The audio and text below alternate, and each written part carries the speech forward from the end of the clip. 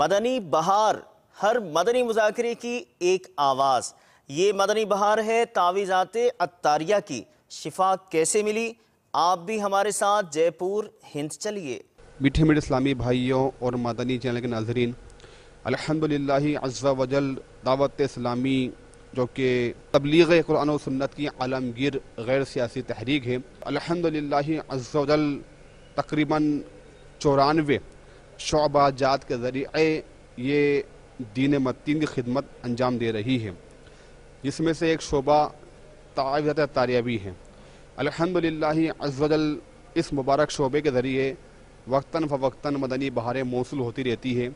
آئیے ایک مدنی بہار آپ کو سناتے بھی ہیں۔ ہمارے علی احمد بھائی، جن کے بھانجے محمد طلب رضا، جن کو ڈاکٹر نے ٹی بی کا ڈکلیئر کیا تھا، تو انہوں نے اپنی ہمشرہ سے مشورہ کیا اور اپنے بھانجے کے لیے یہاں جے پور میں سرائے والوں کی مسجد میں بستے پر حاضر ہوئے۔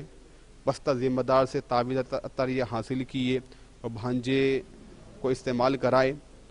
کافی ان کو فرق محسوس ہوا، کافی افاقہ ہوا مرض کے اندر۔ الحمدللہ عز و جل 10 دن کے بعد جب ڈاکٹر سے واپس کنسلٹ کیا اور ڈاکٹر نے جانچ کرائی، جانچ رپورٹ جب سامنے آئی تو ڈاکٹر بھی حیران رہ گیا کہ 10 دن کے اندر ٹی بی جیسا مرض بالکل جا چکا تھا۔ آئیے ہم علی احمد بھائی سے ان کی زبانی ان کے معاملہ سنتے ہیں۔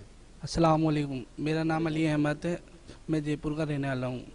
میری بہن کے لڑکی کا، جس کا نام ہے محمد طلب، ڈاکٹر نے ٹی بی ڈکلیئر کر دی تھی۔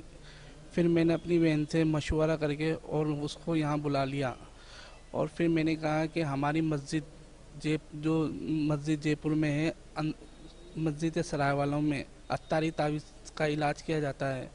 تو میں نے کہا اگر آپ کے ہو تو میں وہ تعویذ اور وہاں سے معلومات کر کے آؤں۔ تو پھر انہوں نے کہا ہاں ٹھیک ہے۔ تو پھر میں یہاں مسجد میں آیا اور یہاں سے عطاری تعویذ کے ذریعے میں نے علاج شروع کروا دیا۔ تو ماشاءاللہ 10 دن کے بھیتر میں ہی وہ علاج اتنا کارگر رہا کہ جب ڈاکٹر نے دوبارہ 10 دن کے بعد جانچ کروائی تو اس میں اللہ کے کرم و بدلتے اور تعویذ کی برکتوں سے وہ ٹی وی میرے بھانجے سے بہت دور دور دور ہو گئی، اور ڈاکٹر بھی حیران تھا اس رپورٹ دیکھنے کے بعد۔ وہ ایک دن کے لیے ڈاکٹر خود گھر لے گیا وہ رپورٹ، اور پھر ماشاءاللہ جب ڈاکٹر نے بالکل ڈکلیئر کر دی کہ بالکل ٹی وی آپ کے سے دور ہے، آپ کے لڑکے سے، تو ماشاءاللہ پھر نارمل رپورٹ رہی۔